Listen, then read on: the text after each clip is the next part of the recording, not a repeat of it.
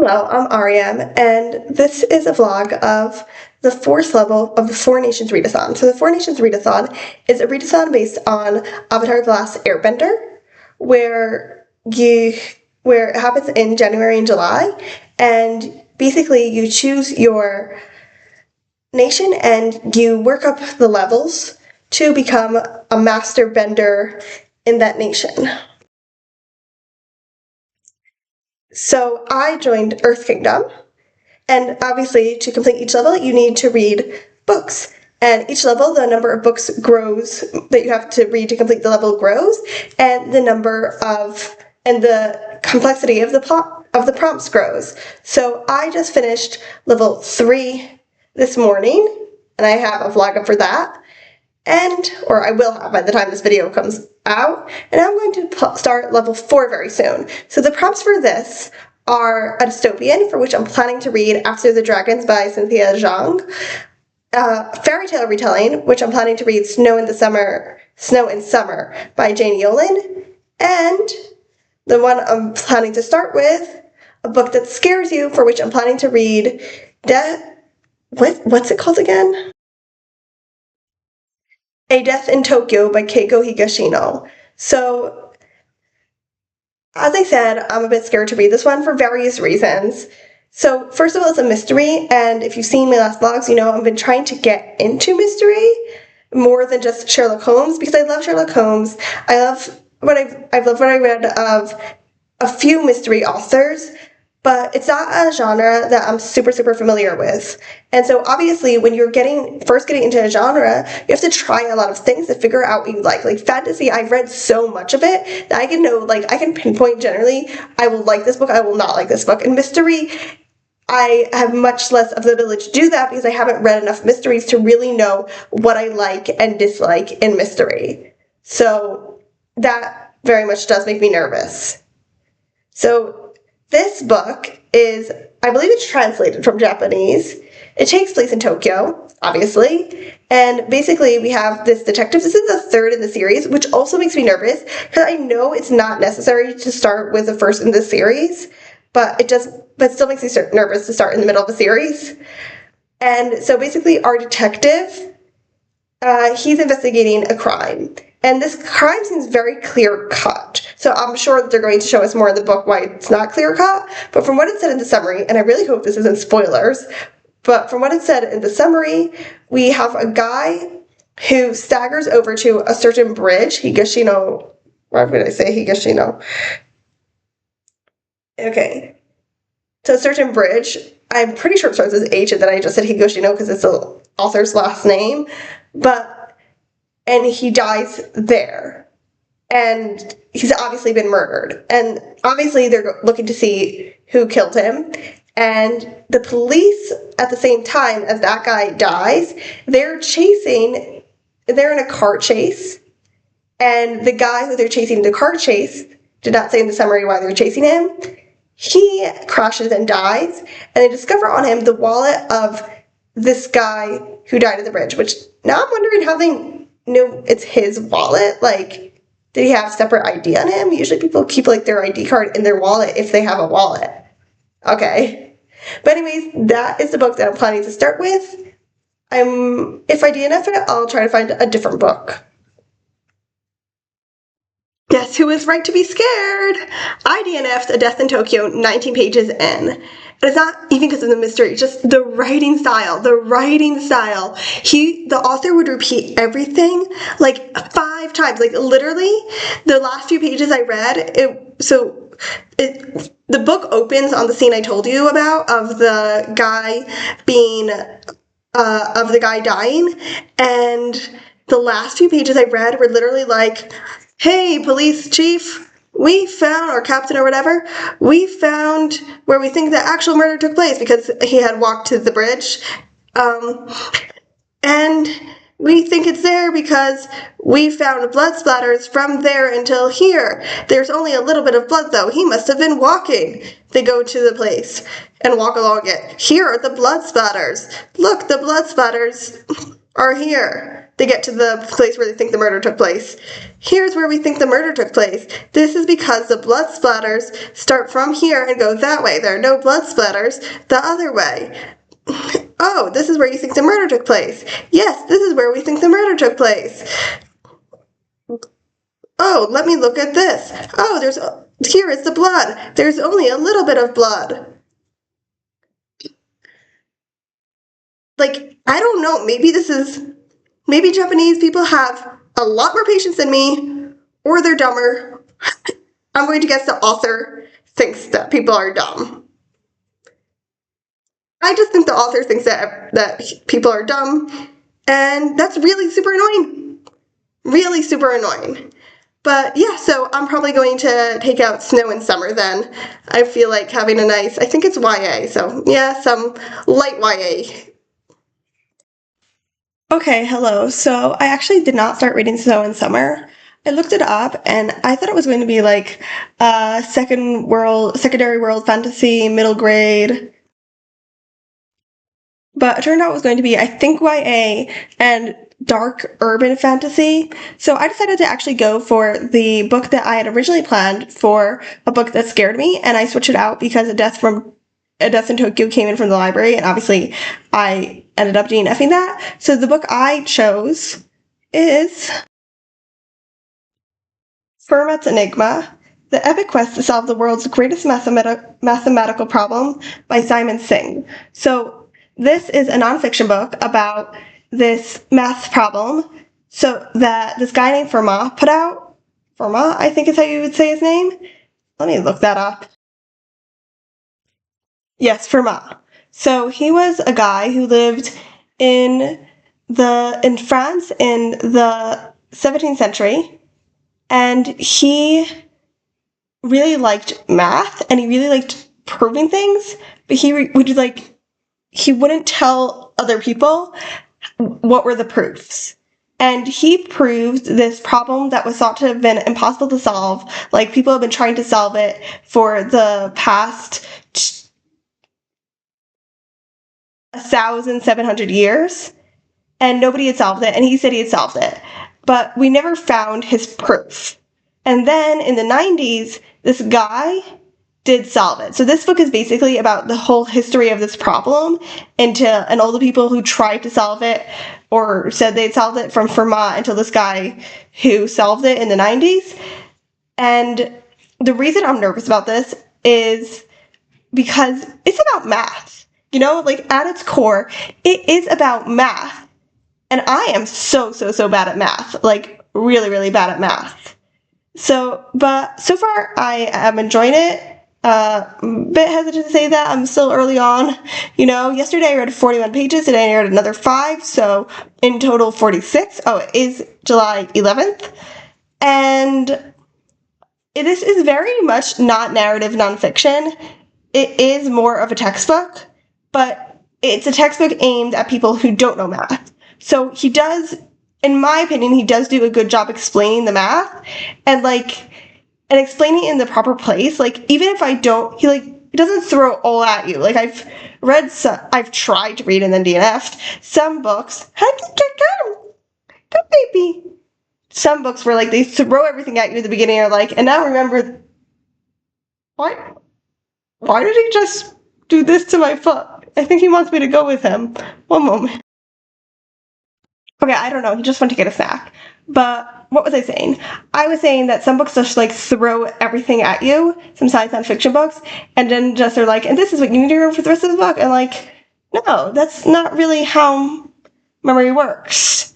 But even though this is not narrative nonfiction, he is not doing that. So he did write in the beginning, in the introduction, how he plans to have each chapter. So far, I'm in the second chapter, but from what it seems, it's from where I am, he introduces the person he's talking about, tells us about them, about the history, about their relationship with mathematics, and then their relationship with this specific problem, which is called Fermat's theorem, I think. And yeah, Fermat's theorem. And then gives us the information about the math we need to know. So yeah, that's all. I'm only 46 pages in, and there's probably not going to be a lot to update because it is more of a textbooky book. Okay, hello. It is July 17th. I finished Fermat's equation yesterday. I didn't update because I didn't have anything new to say. I thought it was a very well written book, both in the fact that while there was a lot of complicated math in the book, there. Um, he explained it very well, and like I said, he explained it. Also, he didn't just throw everything in the beginning and expect you to remember for the rest of the book. He explained the math when it was relevant, and obviously that helped us understand it. And I could basically trust that if I didn't understand something totally right when he first explained it, that it would come back later when it was more relevant and he would explain it more and I would understand it. Now, there may be people who understood it the first time just because they're better at math. I am very bad at math. So, and that's kind of what I find so amazing. Like, obviously, I wouldn't be able to use any of these techniques. And when I say I understood it, I understood enough to understand the book. I would not be able to explain most of the math in the book to someone else. But I do believe that it's written in such a way that someone who does understand math more than me, and when I say I'm bad at math, I need you to understand I am very, very, very bad at math. Like, I do not get fundamental concepts of math. So someone who does get fundamental concepts of math, someone who is not even good at math, with a basic understanding of math, would be able to explain a lot of the concepts to other people. And I also really liked the way it was built. So obviously this whole book is eventually about how Fermat's equation was proved. As I said in the beginning, Fermat wrote this equation and he said that there was no way to solve it and that he had proof for it, but he didn't write down the proof because it wouldn't fit in the margin of the book, and wherever he did write it down, it just, we don't have it, okay? And so in 1994, 1995, something like that, this guy named Andrew Wiles solved it.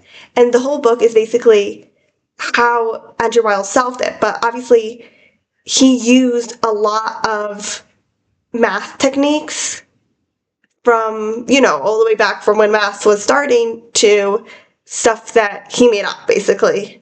And so the book basically starts with Pythagoras' equation, which was the basis for Fermat's theorem, and it goes from there. And every time, and I think that's also why the math was so understandable and that I could understand the book, because every time he goes and he adds the part that's relevant. And sometimes I would get to something that would be like, this seems really, especially towards the end of the book where the math was becoming much more complicated, and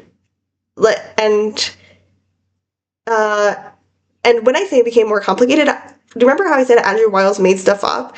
Like, he connected things that people hadn't connected before. He made stuff that people hadn't never thought of before. Like, he is a genius. So, especially towards the end of the book, when you're getting to, the stuff that Andrew Wiles was using, stuff like that, you're like, how does this connect? And then he explains it all, and then you see how it connects, and he did a really, really good job of that. So anyways, I would actually recommend Fermat's Last Theorem or Fermat's Enigma by Simon Singh, even if, you think that you would really not be, unless you think you would really, really hate it, I think that it would be worth it to give it a try. I found it very interesting and very exciting, actually, just how everything got put together. And that's another reason I wanted to read this book, is because I do not understand math at all. It interests me so much how passionate mathematicians are. They're just so passionate. More than any other subject. I think that's probably because their subject is so hated and not understood in general. But yeah. Okay, so now the book that I plan to read next, plan to start today hopefully, is After the Dragons by, I think I said it's by Crystal Zhang, Cynthia Zhang. And so this I'm reading for the prompt Dystopia. This is a sci-fi, of course, and it says it happens in a world, but it's a sci-fi fantasy. It happens in a world where there are dragons, and there were dragons in the West, Western dragons and Eastern dragons, but now there are only Eastern dragons, but they're struggling because of global warming, and there's drought because, and that's obviously hurting Eastern dragons because they're aquatic creatures. And also there's this lung disease going around for the humans, not the dragons. And we have these two guys who meet, Shang Kai-Fei and Elijah Ahmed. So Shang searches for dragons, and Elijah is a medical researcher. And they meet, and that's all it says. But I looked it up. It's a very short book. I think it's like 160 pages. I don't think I'll finish it today, but I might. Okay, hi, let's talk. It's the same day later, and I've read 65 pages of After the Dragons. So let's talk about it, because right now I'm feeling kind of about this book. Like, I don't hate it, but also I can't find anything to like, and I'm finding things to dislike. So I'm kind of like,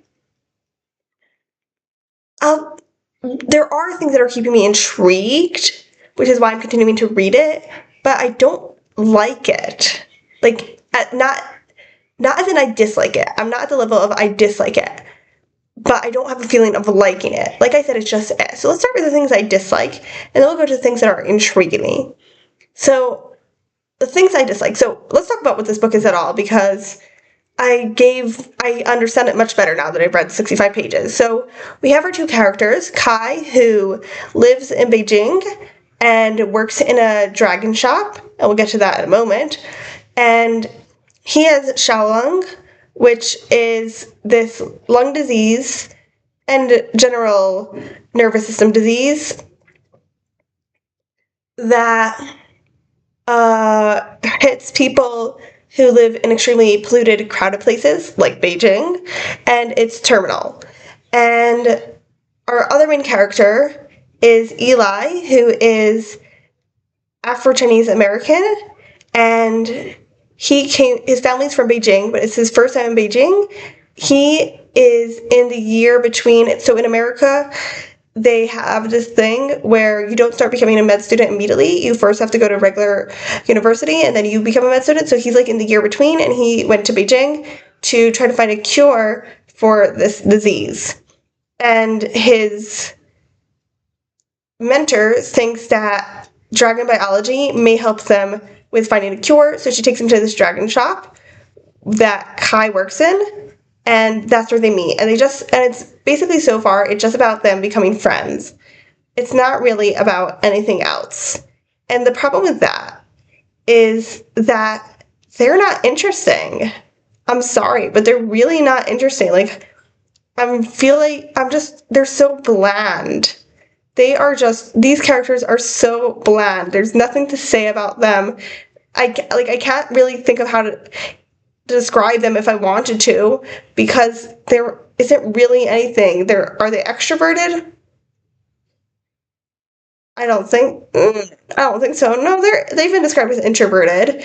Are they friendly people? I don't know. What are their hobbies?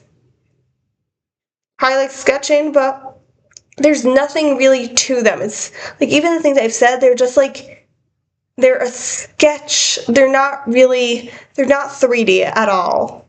So and the same thing is true of the world building. The world building is very intriguing to me, but it's shoddy. It's just shoddy. Like, there's supposedly this huge drought, and apparently in Beijing they sell water, so water prices are really high. But like, the guy who's in charge of the dragon shop, just gives Kai a bucket of water. Like, it's literally like 1 page, 2 pages, I'm exaggerating, it was 2 pages, after it said water prices are super high and there are people basically dying of thirst, and there's like bucket of water. Like, it doesn't make sense. So yeah, so now let's talk about what's intriguing me. Like I said, the world does intrigue me. I just do I have something in my hair? One moment. Yes, I have a piece of fuzz in my hair. Well, I had. There's a garbage there. Yeah, the world building does intrigue me. This idea of a world that is extremely similar to ours, but has some fundamental differences. And it's definitely fundamental differences. Like, I often complain in fantasy, or in urban fantasy or historical fantasy, that I don't think the author put enough thought into what this fantasy thing, how it would affect the world. And I do think that Cynthia Zhang put thought in, you can see that she put thought in how dragons existing would affect the world. So I just don't understand why the rest of the world building is so shoddy. So I find the world intriguing. I just wish it was better written. I wish this book was better written. So I DNF'd the book at 50% this morning, and honestly, is anyone surprised? No, nobody's surprised. Another thing, I have 2 things to say, because one, I didn't explain the dragon thing in the previous clip. So the dragon thing is the character Kai rescues dragons that were abandoned, that were pets and then were abandoned, and he also works in a dragon shop that sells dragons for dragon fights. Like, they used to have dog fights, and he really disapproves of dragon fights. One good thing is that the dragons do live. Both dragons live after the fight, so that's good. But yeah, but very much one of the reasons I didn't like this book, besides that it was boring, is the more I read, I said I was intrigued by the world building, but the more I read, the more it felt like it felt more realistic. It felt like the author was telling me, this is the way I think people should behave if the world was like this. Like, which wasn't necessarily the way our characters behaved, or at least one of our characters. I very much felt like she was telling us, like, through how one of the characters reacted to the other character, that she was telling us that this is what her moralistic thoughts were, and, like, I don't care. Yeah, so I DNF'd it at 50%. Luckily, this readathon counts books that are DNF'd at 50%, which actually, when I decided I was going to DNF it, I was 12 pages away from 50%. And, like, if I'm, like, 20 pages away, I wouldn't have read it. But, like, 12 pages, I was like, I can read it a little longer. I can read 12 pages. So I read 12 pages, and then I DNF'd it, so it would be at 50%. And I don't know what it was, 43%. Like I said, it's a short book, so I only read 81 pages total. So, yeah, I DNF'd it. Oh, I forgot to say something I wanted to say about After the Dragon. So I'm actually filming this before. I'm filming this after the next clip that appears, but because I'm talking about After the Dragons, I'm putting it before. So I was looking at After the Dragons, and it has a 3.79 rating on Goodreads. And that is crazy high to me. Like, that's high in general, and also because, like, I hated it so much in the end. Like, I couldn't figure out what people were loving about this book.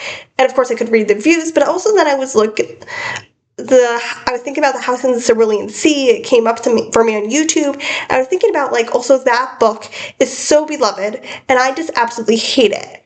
And one of the reasons that I hated both of these books is that they're super moralistic. Now, the next thing I'm going to say is going to sound like a judgment, like a condemnation. It is not. It is an observation, which might not even be true.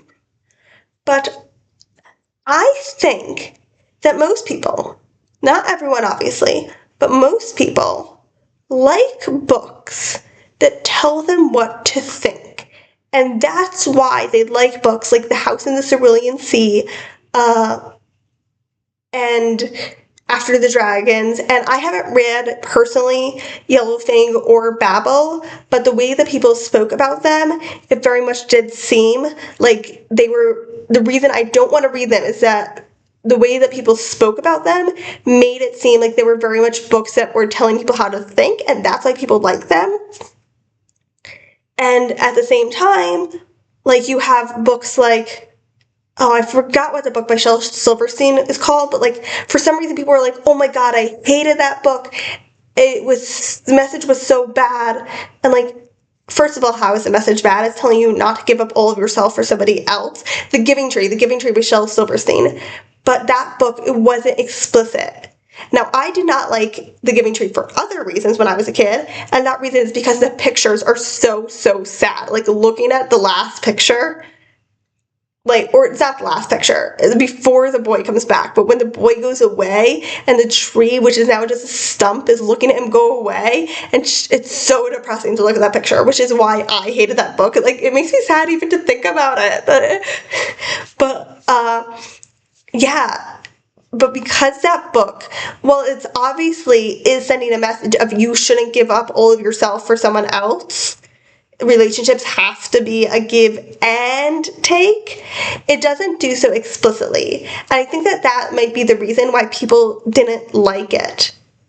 Because they wanted something to tell them explicitly, and it wasn't. Now, I don't know. That's just a theory. Just a hypothesis.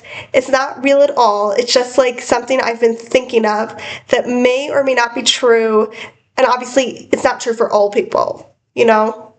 But yeah, I'm just trying to come up with reasons why people like these books that I hate so much. And like, I'm not even talking about just these books. Like, I remember in school, they would always tell us these stories that ended up with a moral. And I hate them.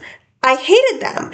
I have always been a person who hates moralistic stories. It was never like there was this one incident or even a bunch of incidents that made me hate moralistic stories.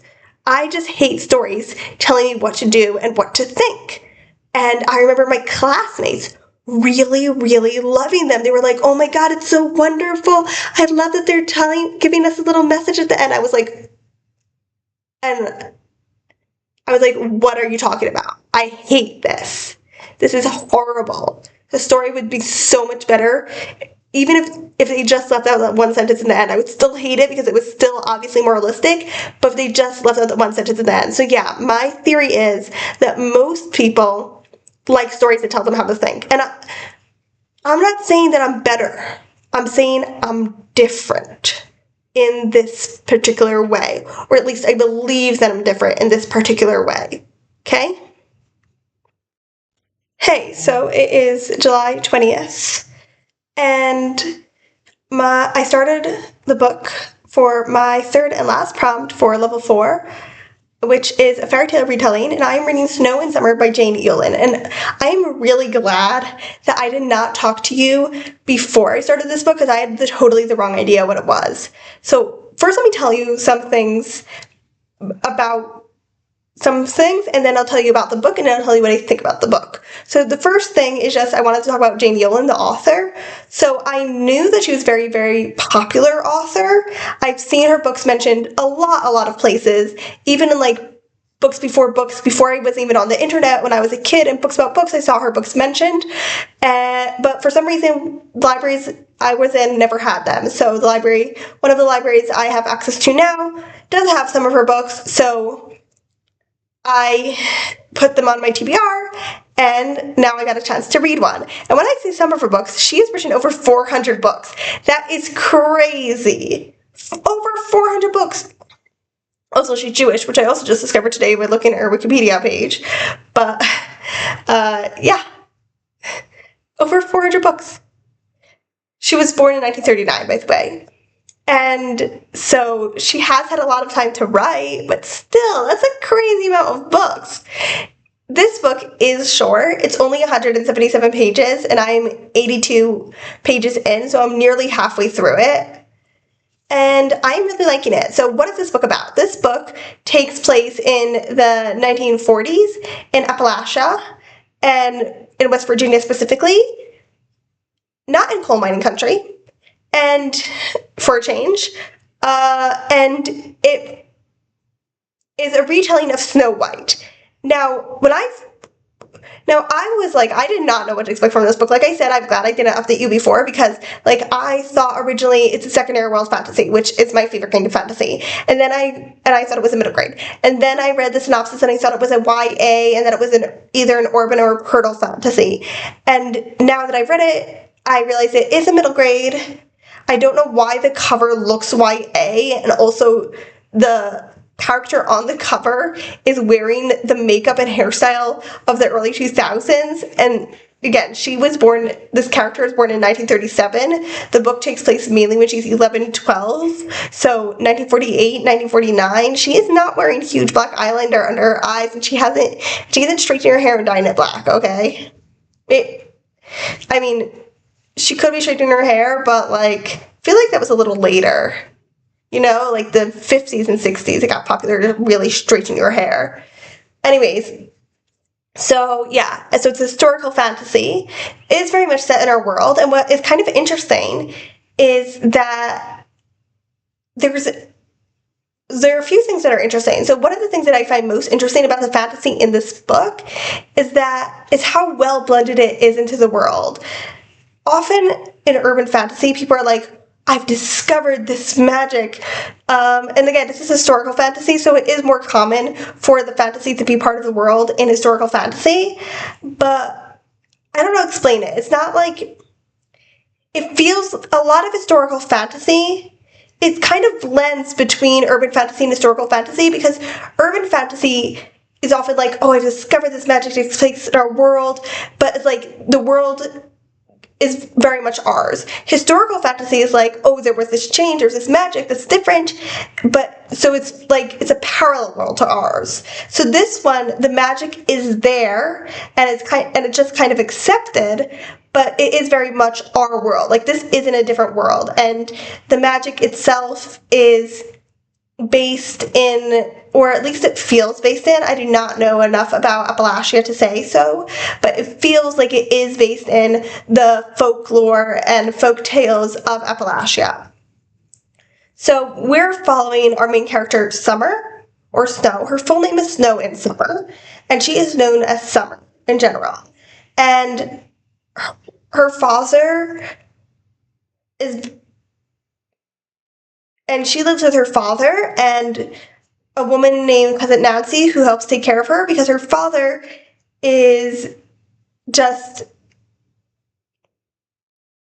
he's very, very sad because his wife died a few years before the story starts, and so he's depressed and he doesn't take care of Summer.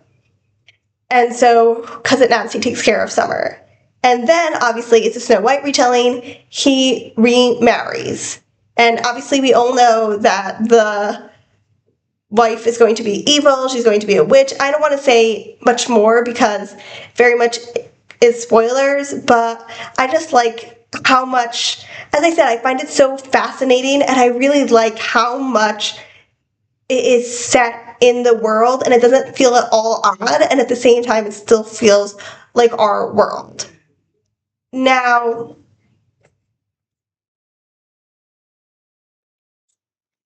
I thought I paused this. My goodness.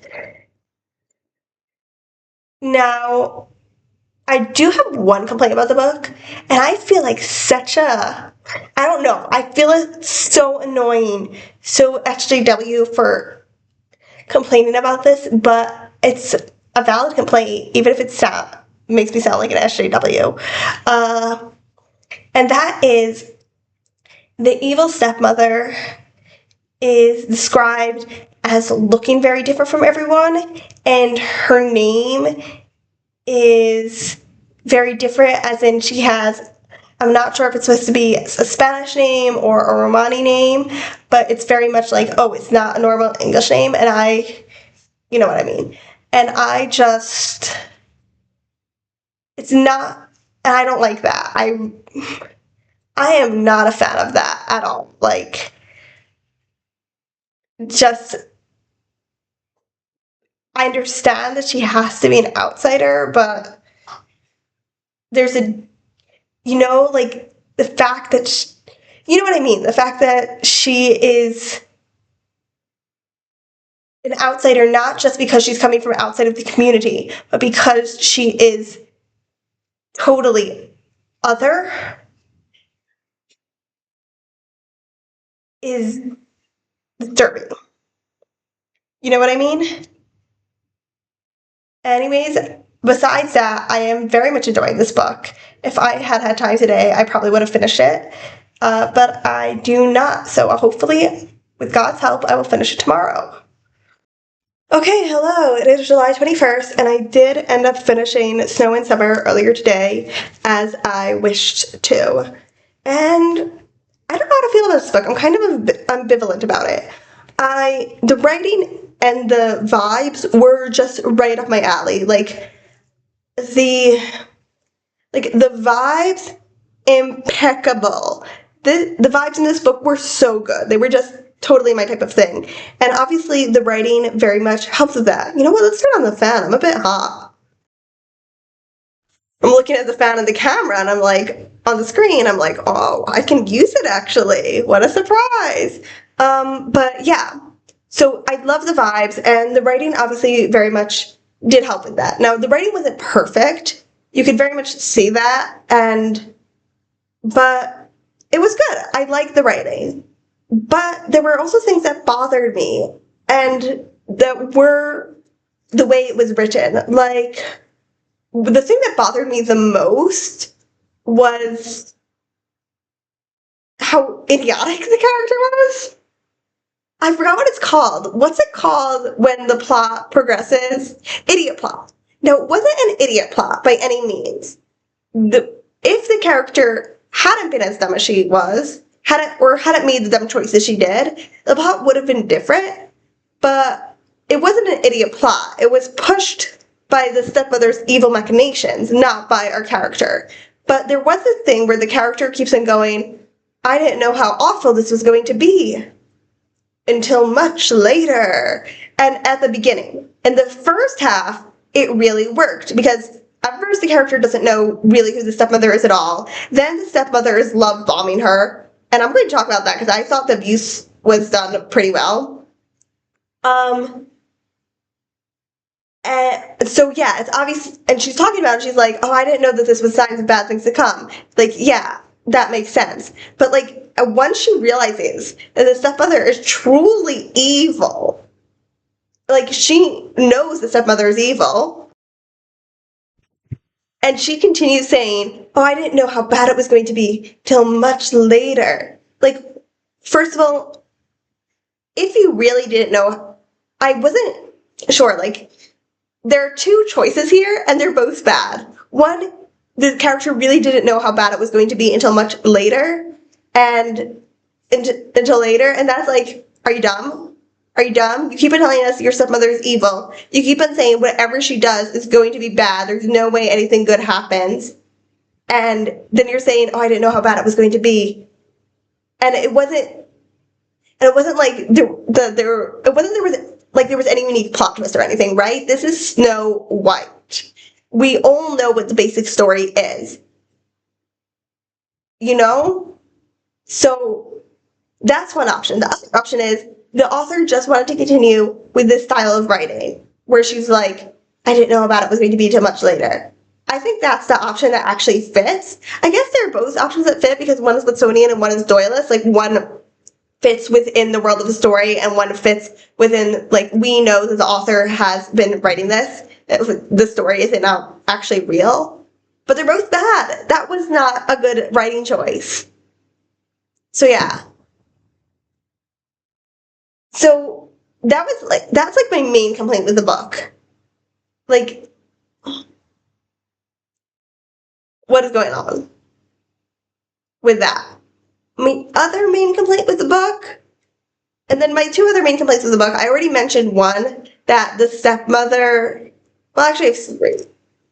So I already mentioned, I have two, and then I have another minor complaint, and then I'll get to the things I did like about the book. So I did enjoy this book. I think if I rated it, it would probably be 3.5 stars out of 5. But okay, so I mentioned the stepmother being like totally foreign, which I did not like, and I thought maybe, oh, no, it was just like that. My other main complaint about the book is, so they end up going to this church where they handle snakes, and it was so unclear what was happening there, to the point where I was like, I cannot continue this book until I actually look up and see what she was talking about, uh because in the very beginning of the book, before the book actually starts, she writes and says, oh, thank you for reading these books about snake handling sex, which she meant sex with Christianity, even though she didn't say that for some reason.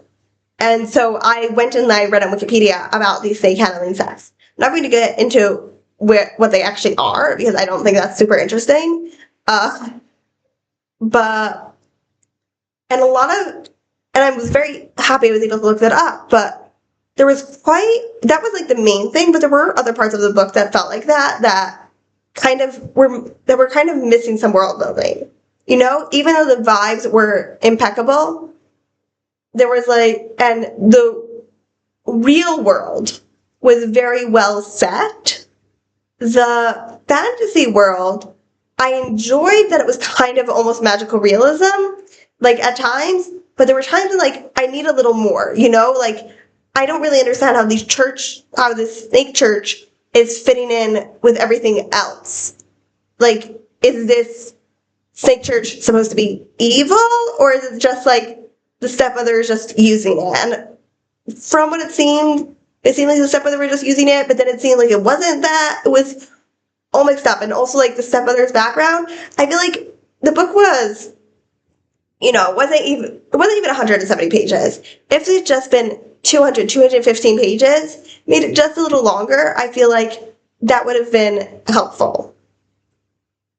So yeah, those are my 3 complaints. Like I said, I have another minor complaint, but I don't think it's actually even worth complaining about. Yeah, it's not worth complaining about. I was going to say it, but it's not worth complaining about. I don't think it's actually that matter. I think it's more specific to me, And sometimes I do say things that are more specific to me, but in this case, it's also just so minor. Usually the things I say that are more specific to me are big. So yeah, so I just felt like this book was like I mentioned, that thing about the girl being just that little piece of stupidity, but that kept repeating. So it wasn't just one piece of stupidity, it was repeating, and not enough world building. And I felt like both of the things, especially the second one, were what really pulled this book down. Because, as I said, the vibes are impeccable. And in general, the author was playing around with the writing here, and you could really see it. I don't know when she began writing, but as I said, she was born in 1939. This book was published in 2011. As of 2025, she's published over 400 books. So, yeah, so obviously she's had plenty of time to play around with writing. And you could very much see it in this book, that she was playing around with writing. And even though I didn't always like what she was doing, I really appreciated it. It was very interesting the way she was writing, and knew I loved that, even though I didn't always actually like it. I loved it when people play with writing, even if I don't like it, So I really like that. And without spoilers, I'm not going to give any spoilers because this would be huge spoilers, but I loved how the hunter came into the story. Now, I don't think I've actually read any retellings of Snow White before, but yeah, I think the only retellings of Snow White I've read have been retellings in larger stories, like the Land of Stories or the Sisters Grimm, where where you have a ton of little fairy tales, and the fairy tales are actually real stuff, So, yes. So I really didn't, actually totally forgot about the hunter. I forgot because we were concentrating for so long on the evil stepmother that I actually forgot about the hunter. And then he came, and oh my god, what was done with him? I loved it so much. And I also really liked made how she adapted the part of the stepmother giving Snow White the apple. Again, I cannot say because it's spoilers, obviously, but I thought it was done very well and made our main character, like, whenever I don't know, Snow White I've always thought Snow White was kind of an idiot for taking the apple, and she makes her seem much less like an idiot in this story for that. And as I said, I thought the abuse was done, like, okay, again, it needed a little more, but, like, the abuse was done very well in, like, okay, because obviously she needs to think, why are people not protesting against this? The story does take place mostly in the 1940s. Like, why is nobody stopping this? Why is nobody protesting against it? And she did it very well in, like, how the abuse was hidden, and even when it wasn't hidden, it was hard for people, why people didn't speak up, or when they did speak up, it wasn't taken seriously, and, teachers, etc. And also, as I mentioned, she did love bombing. So love bombing, and look, I am not an expert or anything, I know this, like, very vaguely, but love bombing is basically someone, like, generally it's spoken of about cults, where the abuser, because, cults are headed by abusers, just puts all of their effort into, like, making this person feel special and loved, while simultaneously convincing them that everyone who actually loves them is their enemy, or shouldn't, or just isn't interested in their best, or doesn't understand them, etc., etc. And the stepmother in this book did that, and that's not something I've often seen, because generally I feel like when we have abuse in books, it just, like, there's never any love bombing, which is understandable because love bombing, I think, is more connected to cults rather than, and I read children's books. I think it is also, and, adults don't generally need to love bomb a child. In this case, the stepmother had her good reasons for love bombing Summer, the main character, and so I thought that was done. I really liked that part. So there were quite a lot of parts of this book that I like, but as I said, it fails in those three things. So let's just review the books I read. So I read Fermat's Enigma. I always forget the subtitle, whatever. It was by Simon Singh. I really liked that. I actually I actually added another book by Simon Singh about codes to my TBR, especially because he did talk about codes in that book, in Fermat's Enigma, and I loved how he talked about it, so I hope that book, if I get to it, is interesting too. So yeah, I really ended up liking it, and I'm glad I read it 5 years after it was recommended to me. 5 years? 4 years. Nearly 4 years after it was recommended to me. And then I read After the Dragons, which, as we know, I DNF'd at 50%.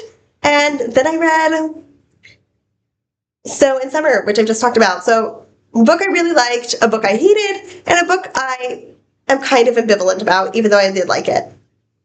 Yay!